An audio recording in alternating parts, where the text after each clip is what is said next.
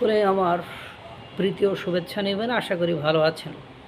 দেখেন, বাংলাদেশ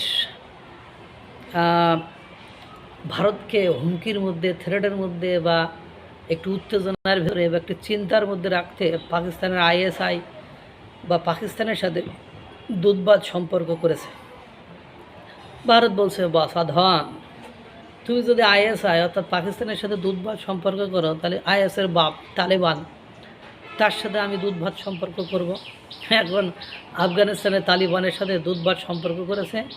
এখন পাকিস্তানের সাথে বাংলাদেশের যতটা না সম্পর্ক ভালো, তার চেয়ে সুপার ডেঞ্জার মান, যার কাছে বিশ্বের পরাশক্তি মার্কিন যুক্তরাষ্ট্র মতো রাষ্ট্র পরাস্ত হয়ে যায়, সেই তালেবানদের এখন অনুষ্ঠান হওয়া শুরু করেছে ভারতে। ভারতের মাটিতে তালেবান সরকারের প্রথম অনুষ্ঠান, ভারতের মাটিতে প্রথমবার প্রকাশ্যে অনুষ্ঠানের আয়োজন করল আফগানিস্তানের তালেবান সরকার। গত সোমবার দিল্লিতে এই অনুষ্ঠানটি আয়োজিত হয়। অনুষ্ঠানটি ছিল আফগানিস্তানে তালেবানের ক্ষমতায় ফেরার 5 বছর পূর্তি উদযাপন। 2021 সালের 15ই আগস্ট তালেবানরা কাবুলের ক্ষমতা পুনরায় দখল করে।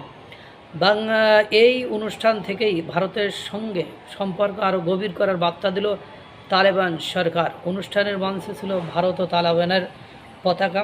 তালেবান সরকারের সার্স দ্য অ্যাফেয়ার্স নূর আহমেদ নূর আফগানিস্তানের বিদেশ নীতি তুলে ধরে বলেন, আফগানিস্তানের বিদেশ নীতি নির্ভর করছে ভারসাম্যপূর্ণ যোগাযোগ, পারস্পরিক সম্মান এবং অন্য দেশের অভ্যন্তরীণ বিষয়ে হস্তক্ষেপ না করার নীতির উপরে। ভারতের সঙ্গে রাজনৈতিক আস্থা আরও বাড়ানো এবং অর্থনৈতিক সহযোগিতা জোরদার করাই এখন তাদের লক্ষ্য বলে যোগ করেন তিনি। আরও বলেন, ভারত ও আফগানিস্তানের মধ্যে সম্পর্ক আরও শক্তিশালী হলে দুই দেশই লাভবান হবে। পাশাপাশি গোটা অঞ্চলে স্থিতিশীলতা, যোগাযোগ ব্যবস্থা, অর্থনৈতিক উন্নতিও বাড়বে। তালেবানের এই অনুষ্ঠানে ভারত সরকারের প্রতিনিধি উপস্থিত ছিলেন। পররাষ্ট্র মন্ত্রণালয়ের পাকিস্তান, আফগানিস্তান, ইরান বিষয়ক বিভাগের যুগ্ম সচিব আনন্দ প্রকাশ যেখানে ভারতের প্রতিনিধিত্ব করেন। উল্লেখ্য বিষয় হলো, ভারত এখনও তালেবান সরকারকে আনুষ্ঠানিকভাবে স্বীকৃতি দেয়নি। তা সত্ত্বেও গত কয়েক বছর দুই দেশের কূটনৈতিক যোগাযোগ বেড়েছে।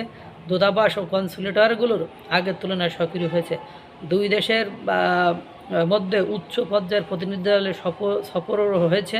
নূর দাবি করেন, রাজনৈতিক, অর্থনৈতিক এবং মানবিক ক্ষেত্রে দুই দেশের মধ্যে গঠনমূলক বোঝাপড়া তৈরি হয়েছে। আফগানিস্তানের পররাষ্ট্রমন্ত্রী আমির খান মুত্তাকির সফরসহ বিভিন্ন মন্ত্রীর ভারত সফরের কথাও তিনি উল্লেখ করেন।